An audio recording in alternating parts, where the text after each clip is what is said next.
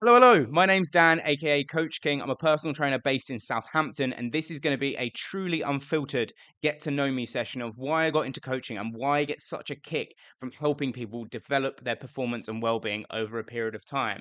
One of the big questions I always get asked whenever I chat to people is why did I get into fitness in the first place? And the big reason was I was bullied heavily as a child. I had the physique of almost you could describe it as like a duck-like physique. I was very slim built with a little bit of a rotund belly, and then I had a fat bum at the end of it. So I was always giving people wiggle room to bully from a young age. And that happened right the way from when I was about kind of 10 years old, right the way through, well, until now, I guess, but I don't see it as bullying so much now. I see it as people are jealous. But I went through that bullying phase for years, and it made me really self conscious about the way I looked, the way I dressed, and also just how I presented myself to people. I was always wondering if people were judging me based on my physique rather than my personality for years. And it really dug me into a grave where I had to claw my way back out again to realize actually there is grass is greener on the other side to try and progress forwards. One of the big areas that really got me into fitness, as I say, was that bullying. But I was really invested into YouTube during the Athlean X era, the Mike Chang six pack shortcuts era. I'm sure some people watching this will resonate with that because they were the dominating forces in the fitness industry for so long. And all I ever wanted was the classic physique that, girls liked, which was the arms and the abs, that kind of Hollister body. So I ended up getting these small little silver dumbbells that weighed about 4 kilos total. Funnily enough, my mum now uses them, and I use those to do like abs and arms 3 times a week just to try and build some muscle up. Little did I know it was gonna take me a lot of effort to build my physique up just using these little dumbbells when I'm being coached by people who, they can't have that one-to-one interaction with me to say, "Dan, you need to lift heavier than this to progress." So, I did that for, like, the first 2 years until I got to the age of 17, and then I remember developing and designing this little, outside gym space. It was very basic. It had, like, a very basic squat rack in it that definitely was a safety hazard because it was like a rusted metal bar on 2 kind of like metal strings. And I remember first doing some leg work on that because a mate of mine said, "You can't just be all upper body, you need to train your legs too." And in my head, I was like, "Oh yeah, I'm not doing any leg work whatsoever. I need to maybe factor that in a little bit and do a little bit more leg work." And I remember starting doing like bench pressing. I did kind of like 1 rep max testing, if you can call it that, to try and see where my strength was. But I was still using this. If anyone remembers the really thin steel bars, you can probably go into Decathlon and buy for like a tenner with the little spin locks on. So I became very adept at kind of sorting the spin locks out. And that was where I started my gym journey. I started in the garden. I was lunging up and down the garden. And you know what? Like when I was at the age of 17, it really developed kind of a level of discipline for me because rain, snow, or shine, I just put a coat on or a thermal and I went outside and trained because I hated my body so much at that point in time. But I would do absolutely anything, and no matter what the weather, to start to see some progress, some transformation. And actually, when it came to me first doing a cut or losing weight because I just wanted to see my abs more, I actually went into a cut too early and I did the classic thing where I eliminated carbohydrates. So I cut out pasta, I cut out bread, I cut out sweets, cut out chocolate, and I just did this massive restriction diet that I cut out so much. Yeah, I leaned down a little bit, but I restricted all the things as a kid, as an 18-year-old, that I should have been enjoying at that point in time. But because I was so hell bent on looking like a Hollister model for a period of time, I just restricted everything and cut everything out because I thought that was gonna get me the physique that I wanted to do. And that was, this is all building into what kind of helped me progress over time, which is I just kept learning more and more and more. And like I started to learn from like Jim Sapani later on, so I learned some more advanced techniques. But about the age of 18 as well, I then went to uni. And I think a lot of people know where uni lies. You either drink a lot, do a lot of drugs, or don't take care of yourself just as a whole. I really started to batter my body in the first couple of years of uni. I was influenced quite badly. I'm easily influenced, to be totally honest with you, and I was influenced quite badly to go in quite an alcoholic scene, quite a drug-filled scene, and a lot of people just forgot who I was as a person, and mentally, I forgot who I was as a person, but at the time when I was 18, 19, I thought I was the shit, to be totally honest. I thought I was the top dog at that gym, at that uni, and I thought everyone was loving me, all my friends were, like, looking up to me and thinking how cool I was, but I was so wrong. I was in such a poor mental state. I was trying to convince myself that everything I was doing was right. And I was still training during this point in time. It was the first time I actually joined a commercial gym at that point in time, and I joined a Pure Gym. And it was Pure Gym on Commercial Road. And I remember going in that gym for the first time and seeing everything that was in there, and I was thinking, "My God, my little steel bar is nothing compared to what's in here. I feel so intimidated. I feel so lost." And there were so many bigger guys in there, and my ego started to kind of hide away. I almost started to pull back on myself for that short period of time. And actually, it wasn't until I got to third year of uni that the coaching side of it clicked in my brain. And unfortunately, I went into lockdown in my third year, so I never actually properly got a graduation. But there was a friend of mine I trained with for a period of time, and she turned around to me, and we were doing a little session together, and she turned around and said, "Dan, I think you'd make a good PT." Because I just like it at that point, I wanted to resurrect my mistakes from the first 2 years. I wanted to say to myself, "I'm putting that down to bed, and I'm gonna take stuff that I had the discipline when I was 17, 18, bring that across, and then start to kind of learn more on the topic."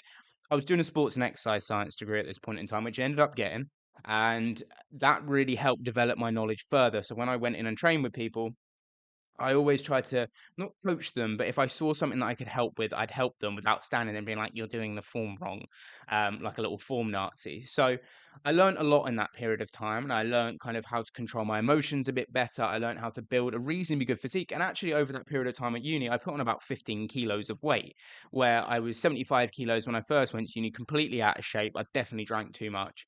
And then I ended up building a decent physique in the final year before lockdown. And it wasn't until we went into lockdown where a lot of people were struggling with their health and well-being, and I was like, people shouldn't have to suffer because the world is in a bad place. We should still be able to train and exercise to make us feel as good as possible in these dark times. So I took the incentive. I was like, I know I don't I had technically finished my degree, but I didn't have a PT qualification at that time to coach people, and I was really cautious that I was like, if I start coaching people and people start talking about this, am I gonna get taken to court? Am I gonna get taken to prison? Like, I was really concerned about what would happen to me, but all I wanted to do was help people. So I was like, knowing that was the risk, I was just like, I'm gonna step into this. And I offered basically free programs to about 20 people when I first started doing them. Because I was like, if I do them for free, then realistically, I'm not taking anyone's money. There's not the kind of financial accountability there. And I get to test out like what my skill set is. And eventually I realized that online coaching is perfectly legal and anyone can do it without a qualification. It's just all about experience. And that then led me to kind of developing my skills as a coach because I literally started doing all of my coaching plans on shared notes pages, which I still find absolutely befuddling. Like I'm now on this really high tech software for my editing, and I started on notes pages, and it was amazing when I saw people getting results, putting their PRs in, logging it. I got these updates throughout the time of training, and it felt so good seeing people progressing. Some of my transformations you'll see are clients from that period of time, and it's the fact that I did a notes page workout with just a calorie calculation. And these people managed to lose like up to 8 kilos in like 6 weeks, which is absolutely amazing. They built some great physiques in that time as well, like really good baselines to then build from when we came out of lockdown. And that developed my passion over time because I was like, well, if I can do that with this, what if I get into a gym? Like, what if I actually PT people? I did an online qualification over that period of time. I finished it in lockdown too. And then I actually went into my first job in Pure Gym. And when I went into Pure Gym, I was so nervous about getting a job. Like I have a little bit of social anxiety. I say a little, quite a lot. It can come up and flare up quite badly. But like I really don't like breaking the ice with people. And if you ask me to go walk up to someone and talk to them, it's a no go. I used to be able to do it as a promoter because I used to put a facade on. But when it's just Dan and Dan has to talk to someone, it stirs up all kinds of different emotions for me.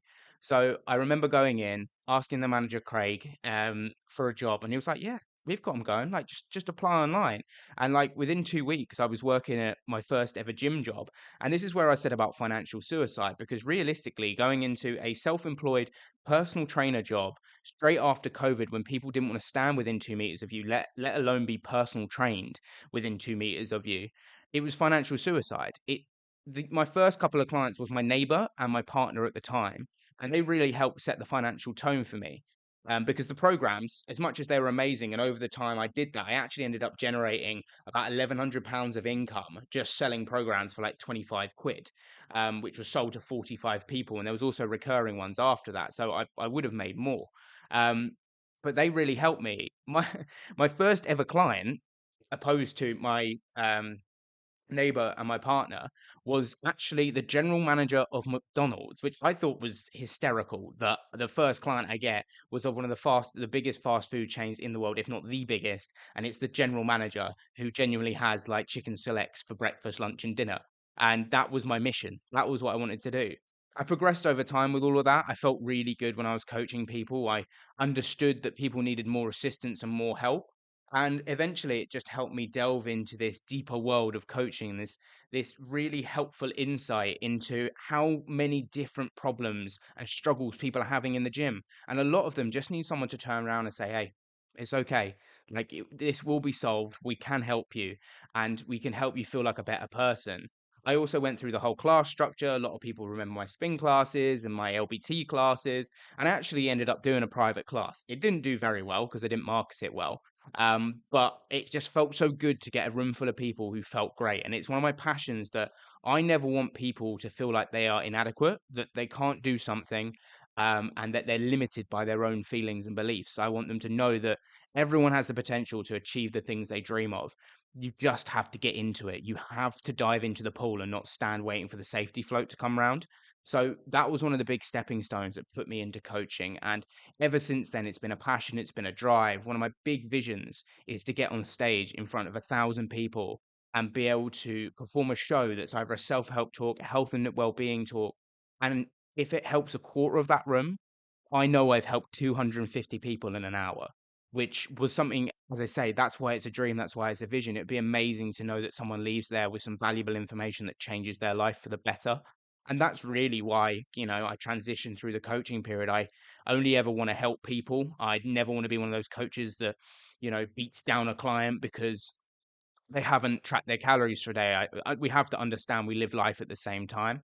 And that's really kind of what drew me into it. Like I started being bullied, and now I'm in a position where I'm in the best shape I've ever been in. My mindset's on a different level, but it can always go higher. And this is something I've always got to remember. And I do appreciate you guys on YouTube listening to me as well, because this is something I never thought I'd get into. I made YouTube videos when I was like 12 or 13, whenever YouTube came about. And it's actually still nerve-wracking to this day to sit and talk to a camera, but I appreciate you guys taking the time to get to know me a little bit better as a coach and kind of my own journey. And if you can, please leave a like. I appreciate obviously all the support. Well, like having one like or one extra subscriber is huge to me these days. But yeah, I hope you have a cracking day. Thank you for staying around, and yeah, more videos to come. And I appreciate you guys. You're amazing. I'll talk to you later.